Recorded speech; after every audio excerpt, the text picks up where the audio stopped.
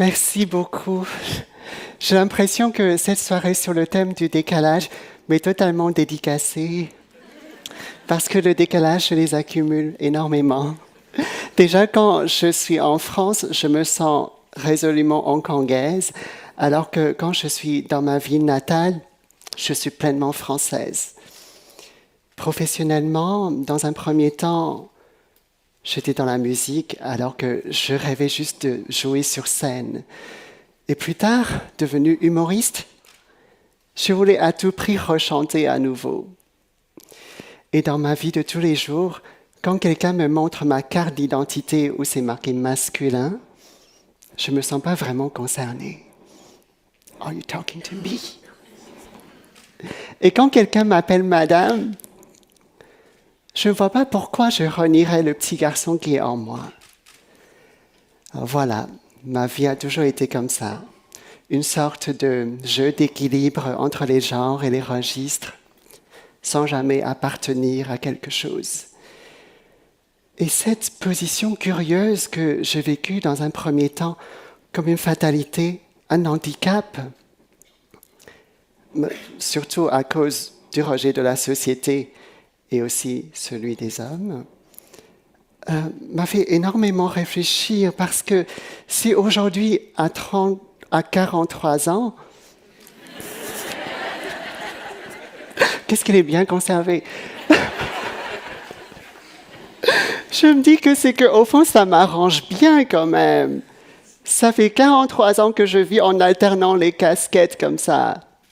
Peut-être au fond, le décalage, il n'y a pas que du mauvais. Ce n'est pas si terrible d'être hors norme. Alors, j'ai une question pour vous. Soyez sincères. Est-ce que vous vous sentez pleinement à l'aise avec les normes de la société actuelle? Levez la main si vous êtes blanc, riche, beau, avec des idées de gauche, menant une vie de droite et dépourvu de poignées d'amour.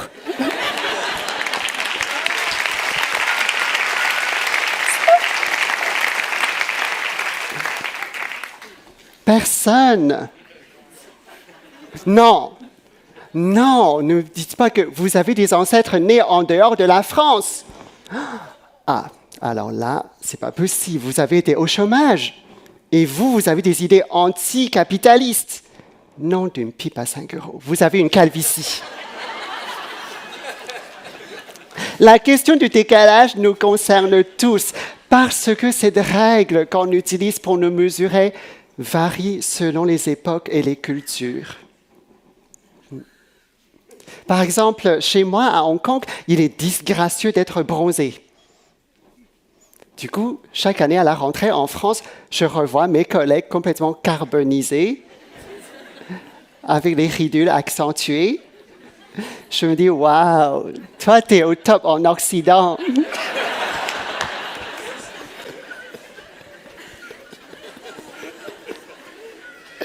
Et je pense aussi à mes voisins sud-coréens. Ouais, eux, ils sont forts. Ils ont inventé une technique pour agrandir les yeux et rabocher le mâchoire. Ouais. Sauf qu'en France, je n'ai jamais vu un quelconque fantasme sexuel vis-à-vis des lémuriens. Tous les normes sont totalement subjectives. Alors pourquoi courir après?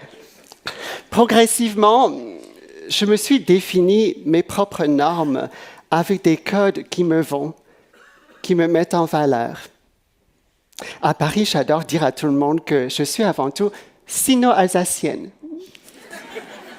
Et pas du tout parisienne, ce qui excuserait mon côté trop aimable. D'ailleurs, j'ai déjà pensé au titre de mon prochain spectacle, Sunny Chan, humoriste décalé.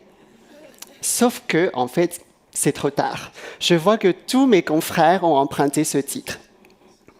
Spectacle incassable, artiste hors norme.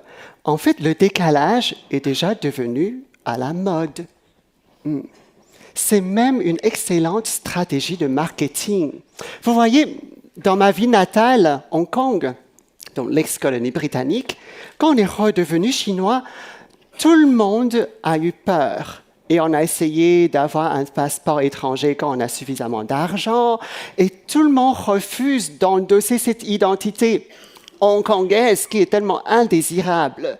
Sauf que j'ai écouté mon cœur et auprès de mon public, je la revendique. Et bien, ça les a touchés. Comme quoi, en fait, le décalage permet de mettre en lumière quelque chose qu'on oublie. Alors, évidemment, ce n'est pas comme si j'avais le choix de revendiquer une identité française. Hein. Sans cesse, vous me rappelez en disant Oh, bravo, vous maîtrisez tellement bien notre langue. Non, pardon, vous comprenez le mot maîtriser?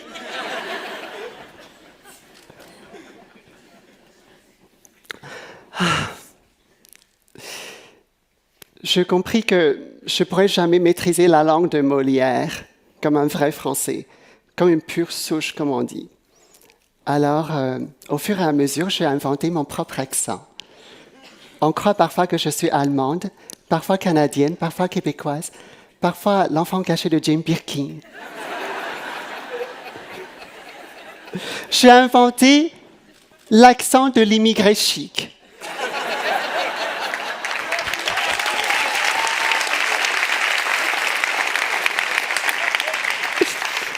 Tout un concept de survie. Comme on ne m'accorde pas la place au milieu de la pièce, et j'ai trop d'ego pour m'asseoir sur le côté, je me suis créé cette place à côté de la fenêtre, comme ça.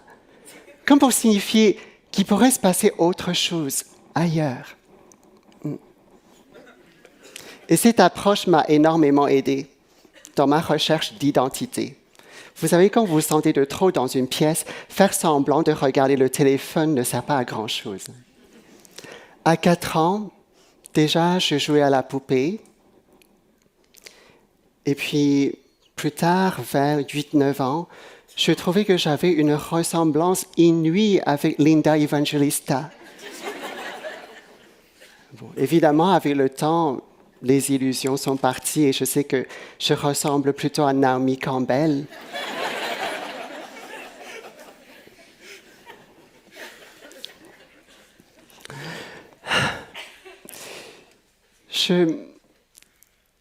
Je me suis inventé ces techniques pour me retrouver. Sauf que mon adolescence a été tellement difficile, je n'ai jamais réussi à trouver ma communauté, mon groupe.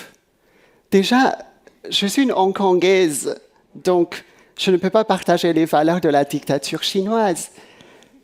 Et plus tard, je croyais avoir trouvé une solution. J'ai entendu vaguement parler de l'homosexualité.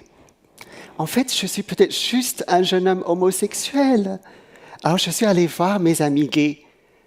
Sauf qu'ils m'ont fait comprendre que j'étais de trop. Je cite.